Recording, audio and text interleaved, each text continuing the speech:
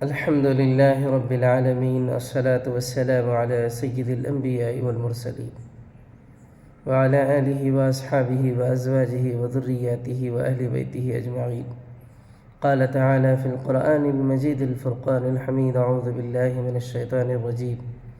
وإذا سألك عبادي عني فإني قريب أجيب دعوة الداع إذا دعاني فليستجيبوا لي وليؤمنوا بي لعلهم يرشدون. صدق اللہ العظیم.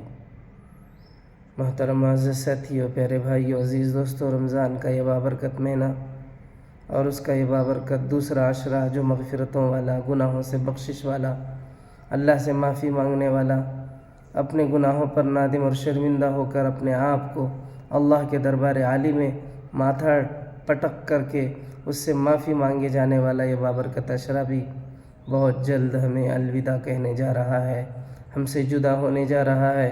پتہ نہیں آئندہ ہمیں یہ موقع فراہم ہو یا نہ ہو. مغفرتوں والا عشرہ، میرے معزز ساتھیوں، جیسے جیسے رمضان ہم سے جدا ہوتا ہے، دور ہوتا ہے، اور رمضان ہم سے جدا ہونے کے لیے جو ہے قریب ہوتا ہے، تو اس وقت ہر مومن اور مسلمان کے دل میں ایک تڑپ، ایک مگن، ایک فکر، خشیت الہی، خوف خداوندی پیدا ہو جاتی ہے.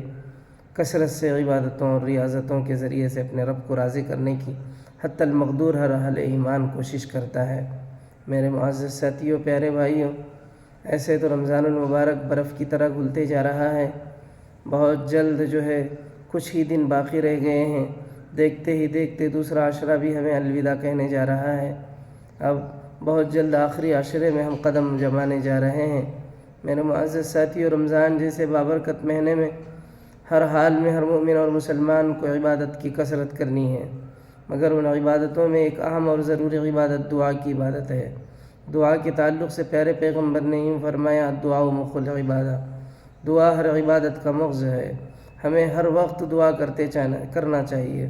اسی وجہ سے میرے پیارے پیغمبر نے ہمیں اٹھتے بیٹھتے، سوتے جاگتے، کھاتے، ہر حال میں، ہر شکل میں، دکھ میں، غم میں، خوشی میں، چھینک آئے، نیند آئے یا تھکان آئے، کسی گاؤں میں جائیں، کسی گاؤں سے واپس آئیں، گھر میں داخل ہوں، گھر سے واپس آئیں، ہر حال میں، ہر صورت میں اللہ نے ہمیں دعاؤں کا عادی بنایا اور پیارے پیغمبر نے ہمیں طریقہ سکھایا. دعا کون سے وقت میں کون سی دعا کرنی چاہیے. چھینکیں تو کیا دعا، بیت الخلاء میں جائیں تو کیا دعا، اس سے باہر آئیں تو کیا دعا، سوئیں تو کیا دعا، سو کے اٹھیں تو کیا دعا، اور اسی طرح سے جو ہے کھائیں تو کیا دعا، کھا کے اٹھ کے کیا دعا پڑھیں، کھانے کے درمیان میں کیا دعا کریں، کوئی غم کی خبر سنیں تو کیا دعا پڑھیں، اور کوئی خوشی کی خبر سنیں تو کیا دعا پڑھیں، کسی کو مسکراتے ہوئے دیکھیں تو کیا دعا پڑھیں، کسی کو غمزدہ تکلیف میں دیکھیں تو کیا دعا پڑھیں. ہر صورت میں، ہر شکل میں، ہر حالت میں، ہر سچویشن میں پیارے پیغمبر نے ہمیں دعا کرنا سکھایا، دعا کا طریقہ سکھایا. کیونکہ بندے کا تعلق دعا کے ذریعے سے اللہ سے وابستہ ہوتا ہے. دنیا والے مانگنے والوں سے بیزار ہوتے ہیں. دنیا کے مالدار مانگنے والے کو دیکھ کر منہ چڑھاتے ہیں، منہ پھراتے ہیں، اور اسے دیکھ کر کے آہستہ وہاں سے کھسک جاتے ہیں. مگر میرا اللہ، میرا مہربان پروردگار مانگنے والوں سے خوش ہوتا ہے، نہ مانگنے والوں سے بیزار ہوتا ہے. اس سے جو مانگتے ہیں اس سے وہ مہربان اللہ خوش ہوتا ہے. فخر کرتا ہے فرشتوں کی مجلس میں کہ دیکھو میرا بندہ مجھ سے سوال کر رہا، میرا بندہ مجھ سے مانگ رہا، میرا بندہ مجھ سے طلب کر رہا ہے. تو اللہ کو وہ بندے بہت زیادہ محبوب ہیں جو اللہ سے ہر حال میں اللہ سے سوال کرتے ہیں. اللہ فرماتے ہیں میرا بندہ جب مجھ سے سوال کرتا ہے تو میں اس کے سوال کا، اس کی پکار کا جواب دیتا ہوں. اجیب دعوت الداعی اذا دعانی. کتنا اللہ بڑا مہربان ہے، کتنا بڑا مہربان ہے میرا پروردگار. اندازے سے باہر، بس اسے بہانے کی ضرورت ہے اپنے بندے کی پکار کو سننے، اپنے بندے کی دعا کو سننے، اور اسے بخش دینے، اور اسے معاف کرنے، اور اس کے مانگے جانے والے ہر بات کو قبول کرنے کے لیے. بنی اسرائیل کا ایک شخص کافر تھا، مشرک تھا، اور اپنے صنم بت کو، فارسی میں بت کو صنم کہا جاتا ہے، سال ہا سال سے وہ اپنے بت کو صبح اٹھتے ہی خمار بھری آنکھوں سے فسٹ صبح وہ شخص آتا اور اپنے صنم یعنی اپنے بت کے سامنے ماتھا ٹیکتا، ماتھا رگڑتا اور پکارتا یا صنم یا صنم. ایک زمانہ گزر گیا. علماء مورخین نے لکھا ہے 70 سال کا طویل عرصہ اس نے کفر و شرک میں گزار دی.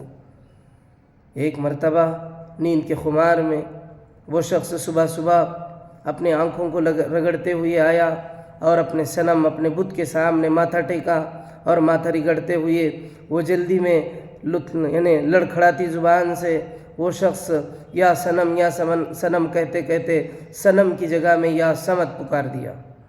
جیسے اس نے صنم کی جگہ یا صمد بول دیا، اللہ مہربان پروردگار کرم فرما مولا، فوراً اس شخص کو جواب میں کہا، اے بندے حاضر ہوں، مانگ، کیا مانگتا ہے؟ فرشتوں نے کہا، اے باری تعالیٰ، جانتے بھی ہیں آپ کہ وہ شخص غلطی سے بھول سے اپنی زبان کی لڑکھڑاہٹ کی وجہ سے اس نے صنم پکارنے کی جگہ صمد پکار دیا۔ اصل میں اپنے دیو کو، اپنے پتھر کی مورت کو پکارنا چاہتا تھا، آپ کو نہیں، اور آپ نے فوری طور پر جواب دے دیا۔ مہربان اللہ نے، پروردگار عالم نے، 70 ماہوں سے زیادہ اپنے بندے سے محبت کرنے والے مہربان رحیم و کریم اللہ نے فوراً فرشتوں سے کہا، اے میرے ملائکہ، اے میرے فرشتوں، اگر اس کے پکار پر یہ صمد جواب نہ دیتا، اس کے پکار پر اگر غلطی سے ہی صحیح اس نے صنم کی جگہ صمد پکار دیا، تو اگر یہ صمد جواب نہ دیتا تو پھر اس صنم میں اس صمد میں فرق کیا رہ جاتا؟ یہ میرے اللہ ہیں۔ اسی لیے ہمیں کثرت سے اپنے رب کو پکارنا ہے، دعاؤں کا اہتمام کرنا ہے، اپنے ماں باپ کے لیے، اپنے دوست احباب رشتہ داروں کے لیے، خیر خواہ لوگوں کے لیے، سب کے لیے دعا کرنا ہے۔ اللہ ہمیں عمل کی توفیق عطا فرمائے، ساری دنیا کی ساری انسانیت کی اللہ خیر فرمائے۔ آمین۔ وآخر دعوانا الحمدللہ رب العالمین۔